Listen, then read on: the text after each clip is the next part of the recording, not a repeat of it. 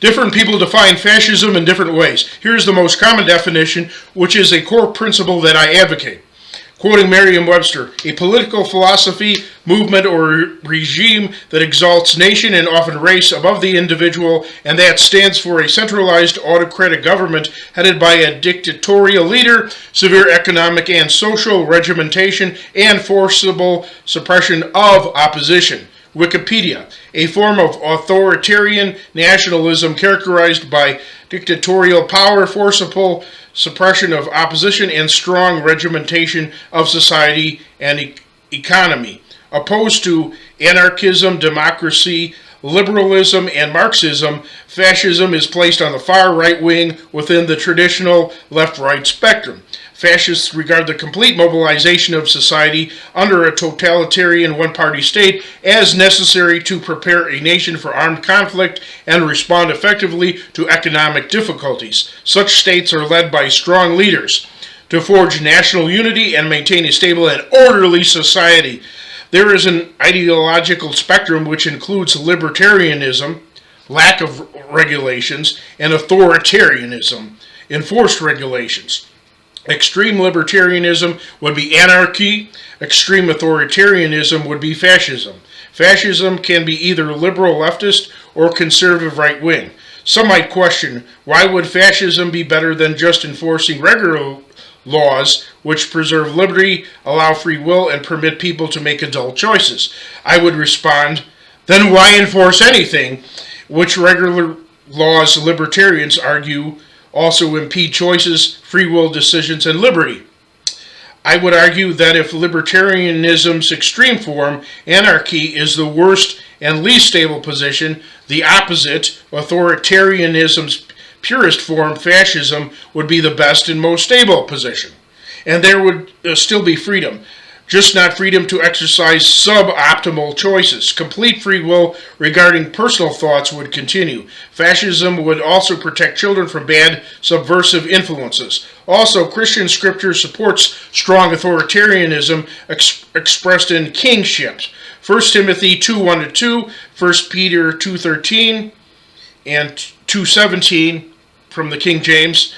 Not a whiff of libertarian or compromise U.S. government type support. I advocate an ultra-conservative right-wing fascism. And since fascist governments can either enforce the practice of good things or evil things, fascism alone can never be adequate unto itself. I hold the Christian faith, believing in the power of prayer and the gospel message. Yet areas heavily populated with Christian believers are often worse than areas which lack Christian believers. Worse yet, today's Christians are influenced by the world instead, and so cast off some of their principles. The libertarian attitude of many Christian believers and conservatives surprises me. They want to let the chips fall where they may and hope for the best. Original Christianity taught that we are vulnerable to giving into evil and stupidity, and if we just let nature run its course instead of combating its bad elements, the world would be choked out by weeds and parasites. And it is beyond a reasonable doubt that physical force is a primary factor in determining how the world works. So I am unsatisfied with the Christian cross symbol since it has become associated with weakness. So I introduced the swastika, an emblem of power, which also has ancient spiritual roots. First, if I were dictator, I would never require anyone to have faith, as people can simply lie and pretend to have faith. Nor would I ask people to subscribe to specific doctrines either, as some doctrines are nonsensical, most doctrines are trivial, and others have no impact on society. I do have narrow thinking. As Jesus said, narrow is the way to life, wide the way to destruction. So what I would do is enforce both ancient Christian principles and ancient secular customs that were both recognized as beneficial to civilization as a whole. I enumerate: 1. Complete racial separatism, each race to have their own territory and work out their own destiny. 2. Launch a massive program of eugenics and genetic engineering. Only fascist groups favor this. 3. Neuter and spay all unproductive people, criminal people, and those who had their quota of children. 4.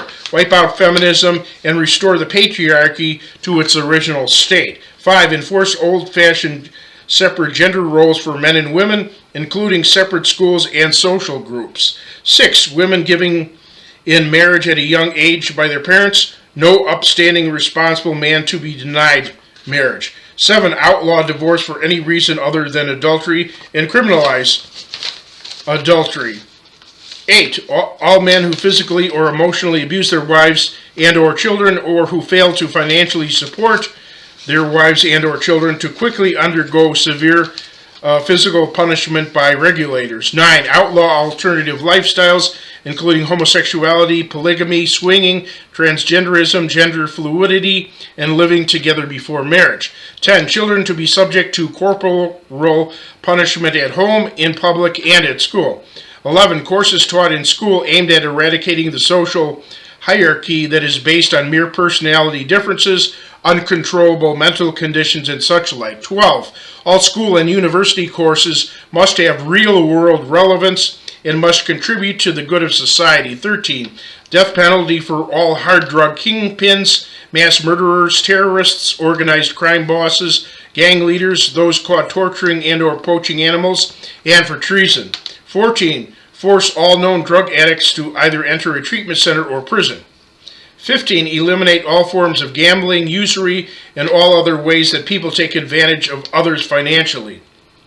16. Wipe out all forms of pornography and lascivious entertainment. 17. All tobacco product sales prohibited and alcohol sales prohibited or strictly curtailed, including the elimination of all bars, taverns, and nightclubs.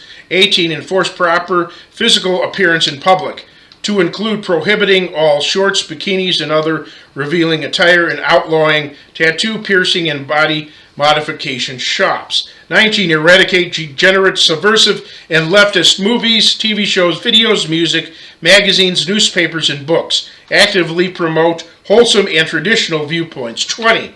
Attack globalization and exports/imports as much as is feasible. Aim for a complete self-sufficiency of the nation/state. 21. Extreme reduction in the number of people receiving welfare. Welfare cheats have their welfare permanently taken away.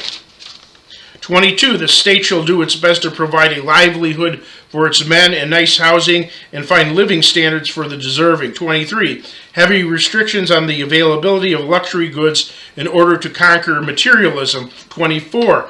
Crush capitalism, communism, democracy, and bloated government, and set up a complete program of national socialism in their place, to include increased aid to all mentally and physically handicapped persons. 25. Major work done to tackle noise pollution, air pollution, land pollution, and water pollution.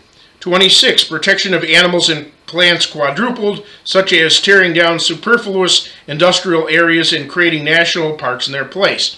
Outlaw strip mining and other things harmful to animal habitats and the environment. Breeding programs for endangered species. 27. Eliminate all psychiatry and psychology jobs and tear down all mental institutions. 28. Outlaw professional seers, psychics, and fake healers, nonsensical groups such as Scientology, those which cause division such as Jehovah's Witnesses, subversive groups such as Freemasonry, and all other groups that work against the common good. 29. Either sell or demolish every religious building. Give the money back to the congregants or use it to fund important causes. 30. Integration of traditional conservative religion and state. This is just a shortened and condensed list of propositions. A fuller treatment is in the works. Objecting to or resisting these propositions is detrimental to society's ultimate good.